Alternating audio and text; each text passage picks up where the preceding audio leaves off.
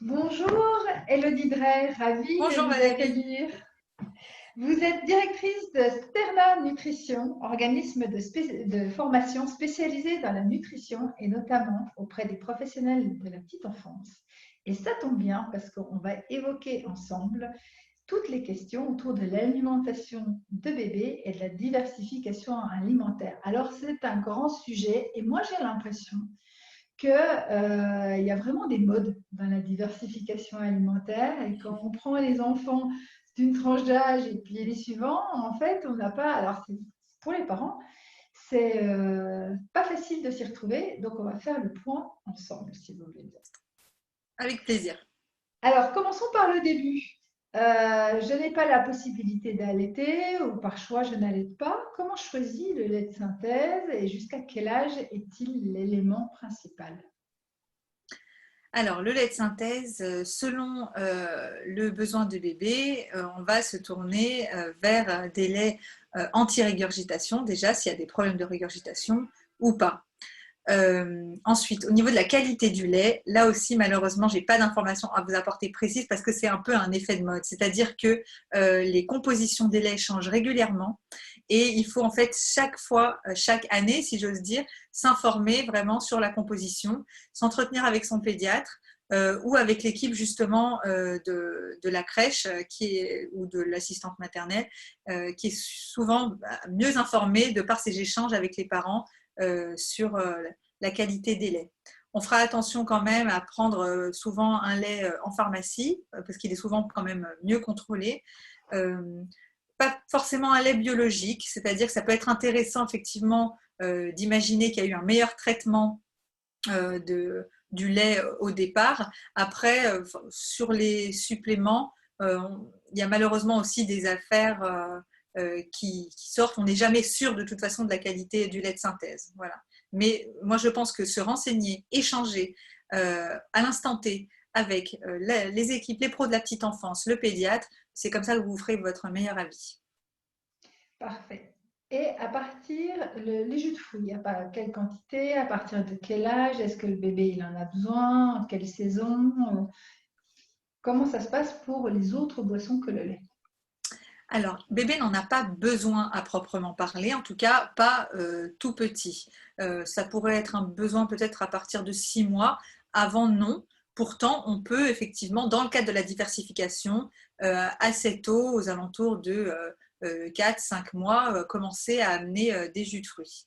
Voilà. Mais vraiment, une cuillère à café pour le goût, en accompagnement de la compote ou à côté. Voilà, mais pas du tout comme un élément, comme un aliment à part entière. Ça ne constitue pas ni un repas, ni même l'élément d'un repas. On est vraiment juste sur de la dégustation. Après 6 mois, ça peut devenir l'objet de l'apport en fruits au moment du goûter. Et du goûter uniquement. On ne donnera jamais, jamais, jamais du jus de fruits au moment du repas. Parce que l'acidité du fruit va créer des désagréments digestifs à bébé et ça, c'est certain qu'on ne le désire pas. La vitamine D, D3, où la trouver et pourquoi supplémenter avec cette vitamine?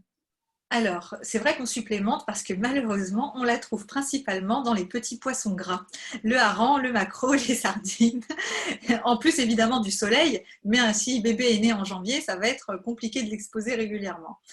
Donc, pour être sûr qu'il ait bien la quantité dont il a besoin de vitamine D, on supplémente et ce n'est pas une mauvaise chose. On sait maintenant que la prévention en vitamine D est très très importante puisqu'elle prévient beaucoup de maladies qui peuvent se développer plus tard. Donc on préserve le capital vitamine D de bébé, on supplémente sans culpabilité. Dès qu'il sera plus grand, on lui donnera des sardines et des maquereaux et il appréciera, je l'espère.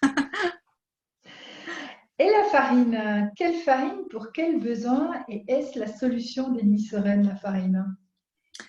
Alors, la farine, c'est souvent une grande question et c'est plus souvent un plaisir des parents d'amener un premier goût qu'un besoin réel. Souvent, c'est vrai, maintenant, il y a plein de marques qui proposent des farines très tôt. C'est utile si bébé a un problème digestif qu'on tend à pallier. Il y a des farines qui sont indiquées en cas de diarrhée ou en cas de constipation et qui vont justement permettre au lait de changer de texture ou en tout cas d'avoir d'autres apports nutritionnels qui vont permettre de régler ces désagréments. Au-delà de ça, sinon, on n'a pas de réel besoin de farine avant 6 mois, où là, on a besoin d'un premier apport un peu plus glucidique, en plus du lait. Simplement, bébé est trop petit pour qu'on puisse lui faire des plats, on va dire, complets de pâtes ou de riz. Donc, on supplémente, on ajoute de la farine. Effectivement, ça participe à la découverte du goût, à la découverte de la texture, mais on a là un vrai intérêt nutritionnel. Avant, pas réellement. Alors, on parle beaucoup actuellement de la DME, la diversification menée par l'enfant. Alors, quels sont les principes de la DME? Quel est l'intérêt? Quels sont les risques éventuels? Peut-on s'en inspirer? Alors, la DME, en fait, c'est la diversification menée par l'enfant, comme son nom l'indique, c'est-à-dire c'est l'enfant qui choisit dans quel ordre il souhaite découvrir les différentes matières et les différents goûts. L'idée est très bonne puisque ça donne une autonomie à l'enfant. Pour autant, le goût est un apprentissage, est une découverte, et je pense qu'on doit aussi, en tant que parent, on a la responsabilité d'amener justement les nouvelles choses et dans un certain ordre pour que bébé puisse les apprécier. Donc je pense que oui, sans être totalement adepte, on ne peut pas renier qu'il y a là un vrai intérêt. Donc on peut s'en inspirer et éventuellement garder l'ordre choisi de la diversification, mais proposer plusieurs aliments de la même famille, éventuellement un ou deux, pour faire une espèce de juste milieu et garder les bienfaits des deux méthodes, la méthode plus traditionnelle et la DM. Alors justement, est-ce qu'on peut revoir ensemble les étapes entre 6 et 18 mois? Quels aliments d'abord? Dans quel ordre? Voilà, est-ce qu'on peut reprendre un petit peu cette chronologie et les conseils à ce niveau-là? Alors, on va dire qu'on peut démarrer la diversification en réalité très tôt et c'est conseillé de plus en plus. Dès 4 mois, en vérité, on peut commencer, 4-5 mois, on peut commencer à apporter des purées de légumes ou des purées de fruits. On préférera les textures qui sont très lisses. On ne s'aventurera pas tout de suite sur des purées maison qui sont très compliquées à faire pour en éliminer les fibres, comme les petits pois par exemple. Les industriels font ça très bien parce qu'ils éliminent toutes les fibres au tamis. À la maison, c'est un peu plus compliqué. Par contre, la carotte, c'est la plus connue. Ça, on n'a aucun souci à le faire chez soi. Donc, on démarrera avec ça. Et au fur et à mesure, on pourra commencer à amener des petites choses comme un petit peu de fromage à pâte dure qu'on pourra amener et laisser fondre tranquillement dans la purée. On peut après, toujours par étapes, c'est-à-dire à peu près toutes les 2-3 semaines, amener une nouveauté en apport protéique et amener de l'œuf poché ou de l'œuf mollet, réellement bien mollet quand même, plutôt mou. Il faut que vraiment, on n'est pas du tout dans l'optique de mettre du jaune dur. C'est pas très digeste pour bébé. Encore après, on intégrera le poisson, du poisson blanc, un petit filet de poisson blanc. Et en dernier, la viande. En réalité, bébé n'a pas besoin d'autre chose, si ce n'est des corps gras. On peut mettre une petite cuillère à café d'une bonne huile d'olive ou à froid, évidemment, ou une huile de colza. Mais c'est peut-être encore un goût un peu fort pour bébé. Mais voilà, à partir de là, bébé a tout ce qu'il lui faut. Souvent, les petits plaisirs viennent des fois en plein milieu de la diversification et elle se fait plus rapidement que prévu, surtout pour le deuxième. C'est pas grave, on tend juste à faire attention à ce que bébé ne fasse pas de réaction allergique, pas d'inconfort digestif. Si c'est le cas, on isole tout de suite les aliments qui ont été ingérés et on retente un par un. Sauf en cas de réaction grave, évidemment, auquel cas il faut agir tout de suite. Justement, on connaît certains aliments type l'aubergine qui sont très allergènes, par exemple. Est-ce que ces aliments-là, on tarde vraiment à les proposer à bébé et on joue la sécurité au début avec une carotte, une pomme de terre, etc. Et à partir de quel moment on introduit ces aliments? Il y a deux écoles, je vais vous dire, il vaut mieux se rapprocher du pédiatre pour cette question. Pourquoi? Parce que c'est vrai qu'avant, on disait d'attendre bien 8-9 mois pour l'aubergine, pour ces aliments-là. De nos jours, ça n'est plus du tout le même discours qui est tenu, au sens où, par exemple, pour les allergies à l'arachide, qui sont quand même très graves, on conseille maintenant, dans une famille où il y aurait déjà des personnes allergiques à l'arachide, si un des deux parents, Pour pallier à ça, on conseille de mettre de la poudre d'arachide dans le biberon dès le plus jeune âge, pour en fait habituer justement l'intestin grêle de bébé à l'arachide et pour pas qu'il fasse de réaction immunitaire plus tard. Donc vous voyez, se rapprocher de son pédiatre pour avoir un suivi qui est en cohérence avec ce qu'il attend aussi, parce que c'est très important d'être une équipe face à la santé de bébé et de fonctionner ensemble. C'est-à-dire que oui, il y a beaucoup de magazines, beaucoup de blogs, on apporte une information, mais le plus important, c'est d'avoir quelqu'un qui nous accompagne au sein de la crèche, parce qu'il a été formé ou dans le milieu médical et en qui on a confiance et surtout avec qui on va pouvoir avancer justement sur le même chemin. Alors, quand est-ce qu'on introduit le pain? Et est-ce qu'on peut donner tous les types de pain? C'est quand même un aliment très particulier en France, le pain. Le pain. Alors, le croûton de la baguette, ça assez petit, on peut leur donner à sucer avec une extrême vigilance parce que il y a la libération de l'amidon au contact de la salive et ça donne un petit goût sucré vraiment agréable pour bébé. Et puis surtout, ben oui, en tant que Français, on peut être que fier de voir bébé manger de la baguette très tôt. Après, pour qu'il le déguste vraiment, il faudra attendre un petit peu, mais c'est pourtant par la baguette qu'on commencera. Parce qu'il n'y a pas de risque de fausse route, c'est-à-dire que le pain va se ramollir dans la bouche et quand il sera suffisamment grand, aux alentours de 18 mois, bébé pourra le mâcher et du coup l'ingérer sans danger.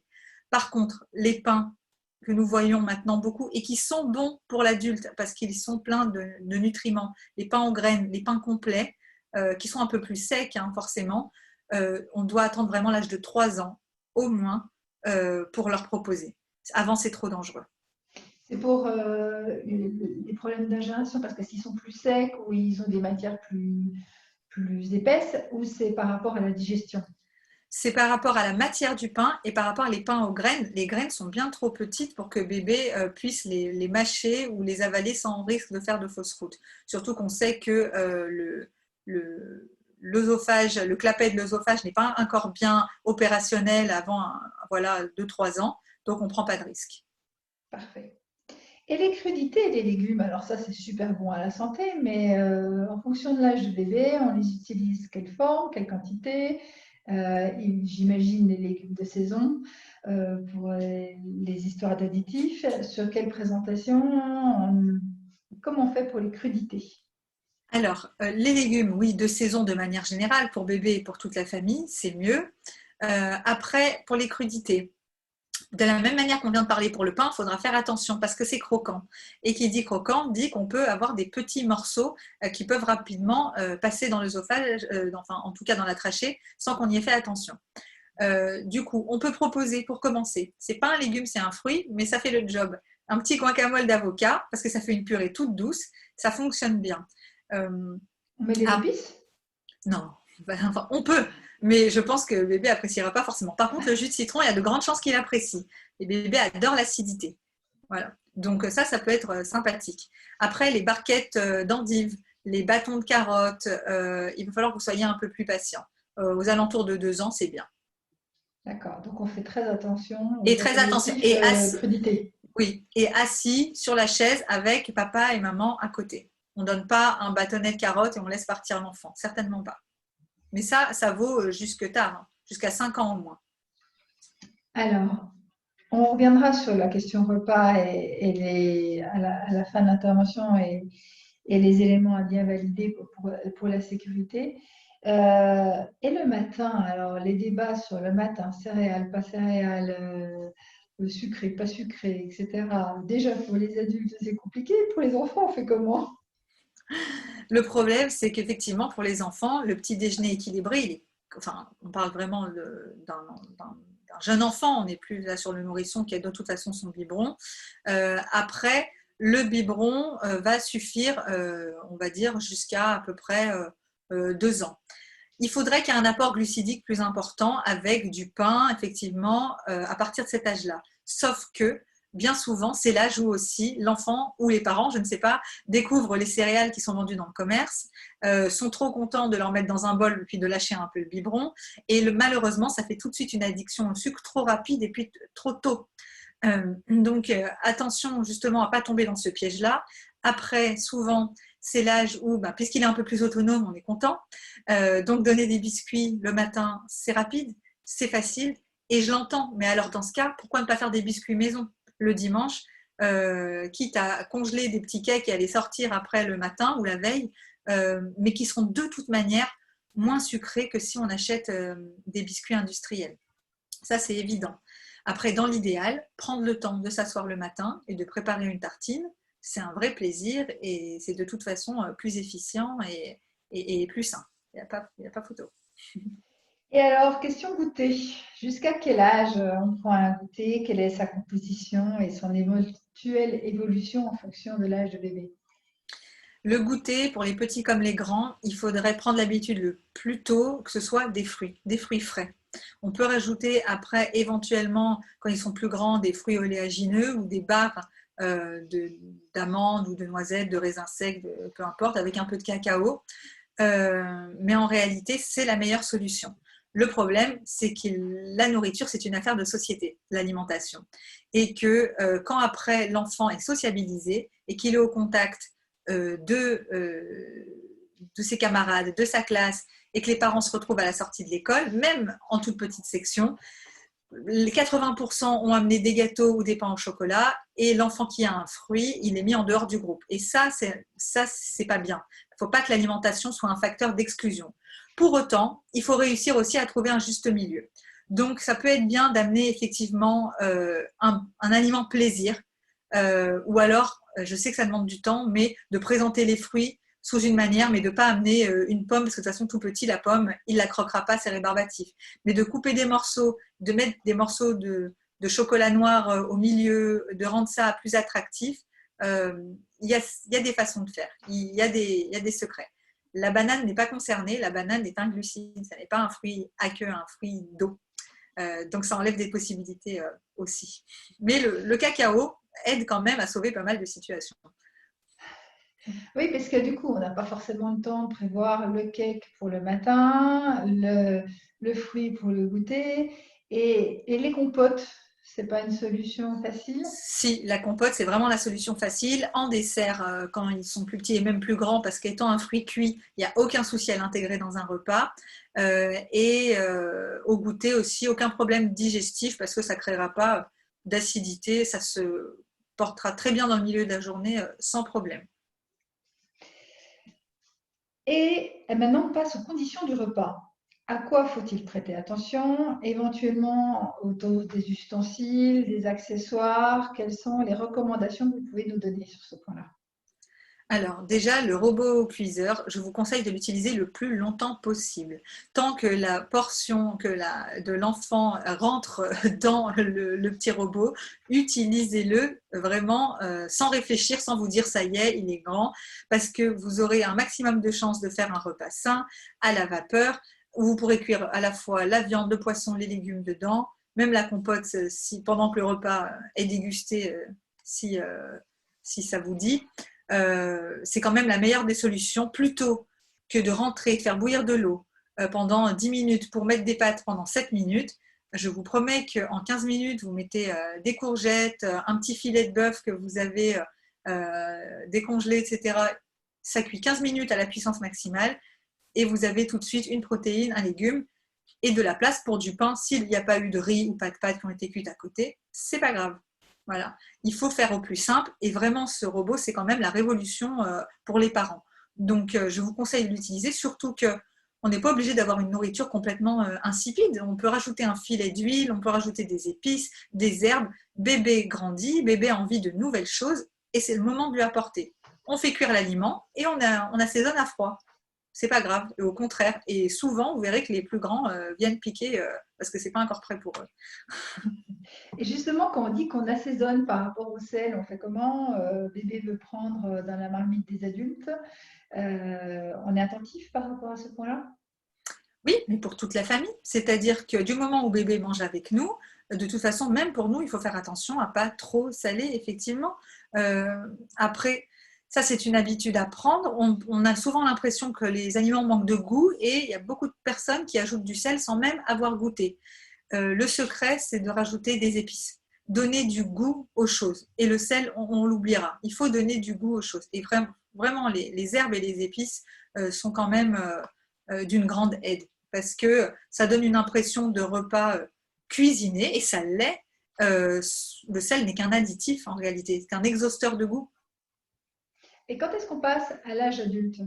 À l'alimentation adulte, pardon. À l'alimentation adulte, oui, Quand l'âge est-ce qu'on passe adulte, à l'âge mais adulte?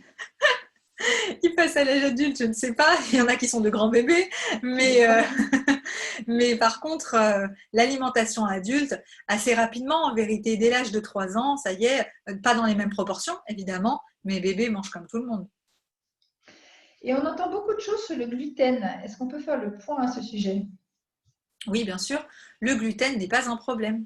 Le gluten n'a pas à être évincé de l'alimentation, ni de bébé, ni de personne, si et seulement si, il n'y a pas de maladie cœliaque. C'est-à-dire que uniquement dans ce cas-là, il faudra effectivement faire une éviction totale, parce qu'au-delà de donner des symptômes désagréables à bébé, ça continue d'abîmer son côlon. Et ça, c'est très mauvais pour lui, pour son système immunitaire. C'est vraiment très inflammatoire. En dehors de ça, aucune raison de s'en priver. Par contre, il faut insister sur la diversification céréalière. C'est-à-dire, on ne se contente pas uniquement de pâtes et de riz ou de semoule, qui est aussi du blé. On mange toutes les céréales possibles. On les propose de l'avoine, de l'épeautre, du petit épeautre, du quinoa, du sarrasin en farine pour faire des crêpes. Je ne sais pas. Il y a une multitude de choses à faire et il faut s'amuser avec ça. On ne passe pas une journée à faire 3 repas avec des céréales qui composent du gluten. On change. Et c'est ça tout le secret. Parce que toutes ces céréales, elles n'ont pas les mêmes apports. Donc, ça va nous permettre d'avoir l'alimentation vraiment complète.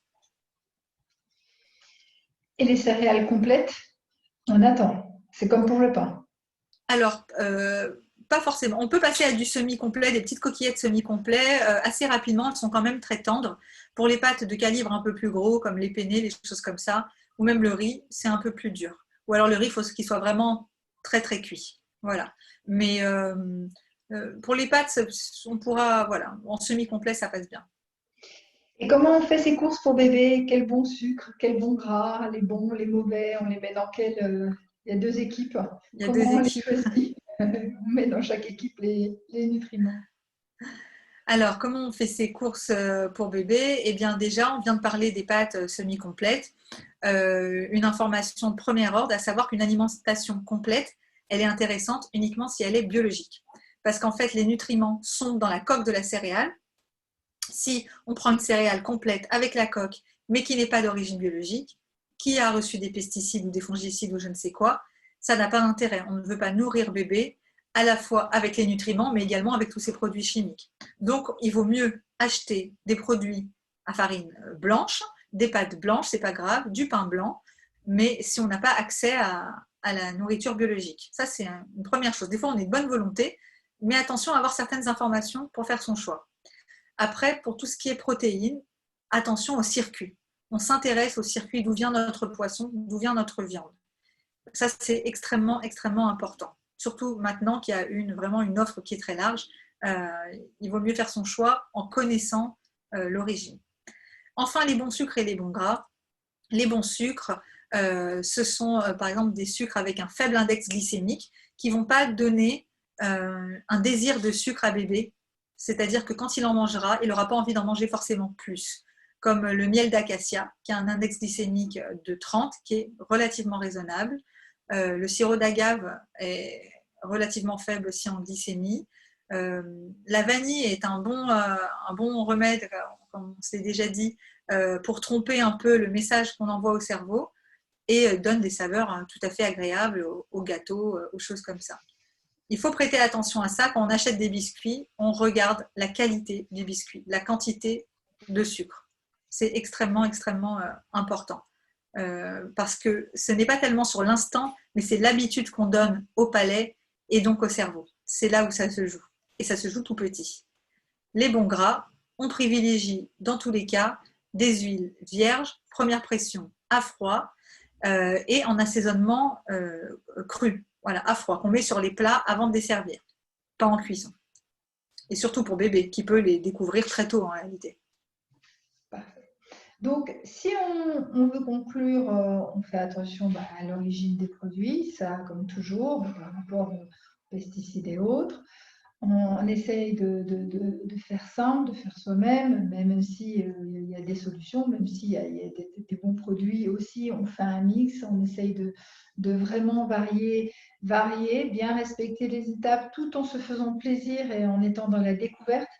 Parce C'est ça. que devenir un Épicurien. épicurien, c'est aussi un plaisir de la vie pour plus tard. Et d'autres recommandations, Elodie? Non, je crois qu'on a tout dit, mais vous avez donné le maître mot, le plaisir. C'est-à-dire, n'oublions pas que l'alimentation est un enjeu extrêmement important dans la vie de l'enfant et il faut que ça se passe bien, sans frustration, sans contrariété. C'est un moment d'échange. Il faut absolument que le repas se passe en famille, qu'on parle avec bébé, qu'on l'interroge sur ce qu'il mange, qu'il soit conscient dès qu'il peut s'exprimer de ce qu'il mange et pourquoi. Parce que ça, c'est bien pour moi, parce que ça me donne de la force, parce que ça, c'est coloré, parce que c'est beau, parce que c'est bon, parce que j'en veux encore, parce qu'on en remangera une prochaine fois, parce qu'il ne faut pas manger de tout. Mais avoir un échange sur l'alimentation très tôt, c'est vraiment faire la prévention. Vous ne pouvez pas mieux faire pour avoir après un enfant en bonne santé et surtout conscient. Et ça fait des adultes responsables et en bonne santé. Donc, c'est ce qu'on en attend. Et si l'enfant refuse? Non, j'aime pas, je veux pas. On ne se contrarie pas. Quelques jours après, une semaine après, on repropose le même aliment. On ne se contrarie pas s'il n'en veut toujours pas. Il faut faire ça 2, 3 fois, mais on met sur la table. On ne dit pas, j'en fais pas parce qu'il n'aime pas. Sauf évidemment, on parle là vraiment de la diversification, mais sauf évidemment si après, quand il a ses avis bien tranchés, qu'il mange de tout, mais qu'il y a un légume qu'il n'aime pas, bon, on ne le force pas, il a le droit d'avoir ses goûts. Mais quand on est dans la découverte, on propose jusqu'à qu'il goûte sans se fâcher. C'est pas grave, tu manges le reste du repas. Souvent, il y a plusieurs éléments, il n'y a pas qu'un légume ou qu'une viande, etc. Par contre, on repropose 2, 3 fois jusqu'à qu'il goûte. C'est tout. Et après, on continue d'en reproposer régulièrement pour pas que ça tombe dans l'oubli. L'alimentation doit rester qu'un plaisir. Un plaisir. Un plaisir. Et passer des repas en famille dès tout petit et prendre l'habitude de ce moment d'échange, vous l'apprécierez d'autant mieux quand vous aurez après des adolescents, parce que ce sera vraiment le moment de partage, vraiment privilégié de toute la famille. Donc pas de télé, on ne se fâche pas, on échange et ça c'est très important. Merci beaucoup pour tous ces conseils, Elodie. Et Avec puis plaisir. au plaisir, merci à vous.